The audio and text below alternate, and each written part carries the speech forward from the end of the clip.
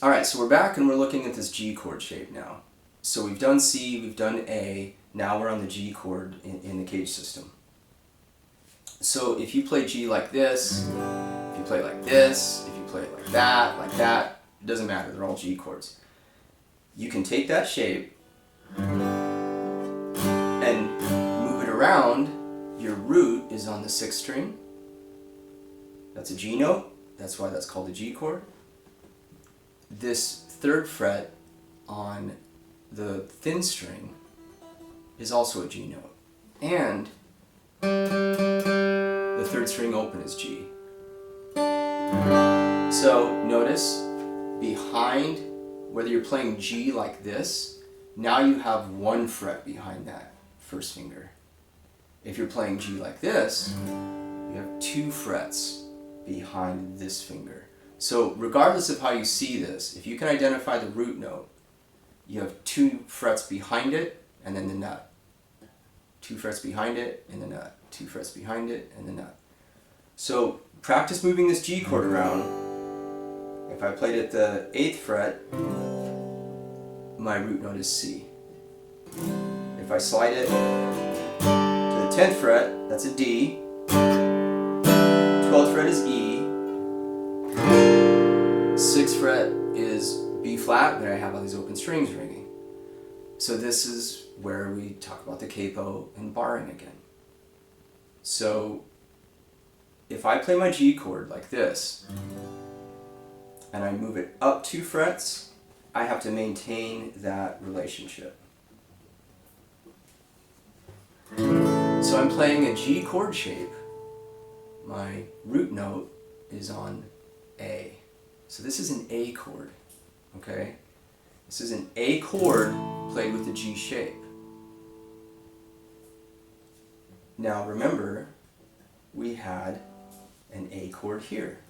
And my roots were on the 5th string and the 3rd. So that's A. So if you're playing guitar with someone and they're down here playing these open position chords, you don't want to do what they're doing. You want to orchestrate the guitar a little bit. You want to layer it. You want to add something new. So by just simply throwing on a capo at the 2nd fret and playing G, C, and D, you're playing the same chords as that person that was in A, D, and E.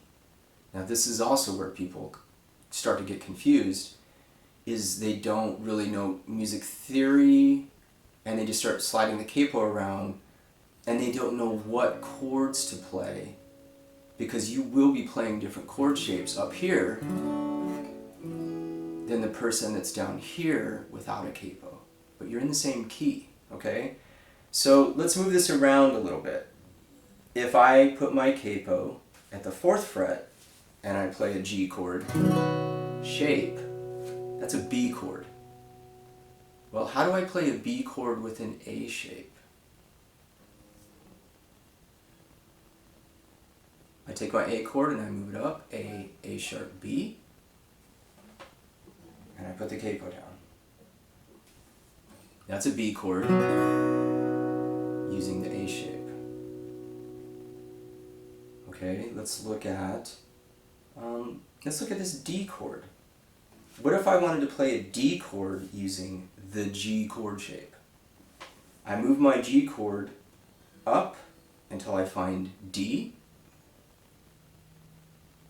I put the capo 2 frets behind it. That's a D chord. It's a really nice sound if somebody's down here playing this open D shape, right? And if you want to bar it, that's where things get tricky with the G chord, is because with a capo, it's fairly easy to play. If I want to bar this, my 1st finger has to cover that stretch. Right? So that's not easy to do. But being able to visualize this and know where you need to go for the bar is important, because that tells you where to go for the capo. And later on, when you start moving things around or maybe playing some licks or solos, you'll see a chord, major pentatonic scale here and a major scale up here. that you can utilize for writing melodies, playing single note stuff, coming up with licks and solos. But that is what we're going to get into later with how the scales lay on top of these chord shapes. Okay, so let's jump back to our D chord. We talked about capoing here, playing at the 10th fret. That's my D chord.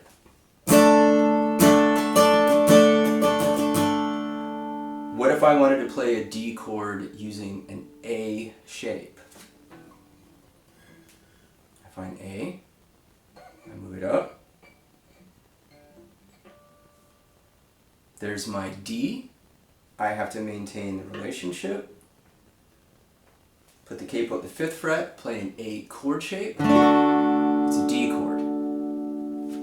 Where would I put the capo and play D, have it sound D, but play a C chord shape? Take my C chord, C sharp D, that's my D note. I maintain the relationship. I'm playing a C shape, but it's a D chord. It's going to sound D. Now, if you wanted to do the same thing without a capo, you have to maintain the relationship. Now you're into barring. Oh, sorry. There's my D chord, and I'm barring the top 2 strings. What if I want to play a D chord and use the A shape? There's my A shape. A, B, C, D, right? Now I have to bar and I leave a fret between. Or you could play it like this. And later, in another series, I'm going to show you how to start chopping these chords down into smaller bits. This is really great for secondary guitar parts, for rhythm parts, licks, and stuff. But I think it's really important to see the full chord shape first, so when we start breaking it down into pieces, you know where those pieces came from. So that's the G chord. Move it around, be able to identify what the root notes are, and don't forget about this open string. So if I'm up here playing E, remember 2 frets back on the 3rd string is an E. So even if you can't hold that, go E, E, E, and play that shape. B, B, B, and play that G chord shape. So we're learning the neck. You're starting to make sense of how these patterns fit together, how they're going to work together, how you're going to be able to move between them, but you do have to map out the neck. And this is a lot better way and more consistent. You're learning function, and you're learning the guitar neck. You'll start learning keys, what chords are in those keys, where if you just try to rote memorize the neck, it doesn't go well. Because you'll spend all this time trying to memorize it, but you have no application for what you just did, and you don't understand the function, so you'll forget it, and then you get frustrated. And I know, because that's what I did, and it drove me crazy because it kept happening to me. When I started making these connections to learning the neck horizontally, diagonally, this way across the neck, and then also tying things to chord shapes, including scales. The scales just weren't these single note things that I could just play through really quickly and burn out a solo. When I started seeing the chord shapes, things started to make more sense to me. I made less mistakes. Music made more sense to me. Chord progressions made more sense. Solos made more sense. So take your time, make sure that you learn this, because it's really important. Don't get in a race and cheat yourself, because you're only cheating yourself. If you want to play with other musicians, whether it's a piano player, a guitar player, a singer-songwriter, you want to get together with some friends that are playing at a house party, or you want to join a band, or you're singing around a campfire and singing songs, people start whipping out guitars, you want to be able to identify what chord they're in or what key they're in. Whether they're using a capo or barring or playing in the open position, you'll know where to go to play the same chord shapes and add something. It makes the music more dimensional and more dynamic. And everyone will think you're a wizard, so that's cool too. The next thing we'll look at is the E chord. All right, see you in a minute.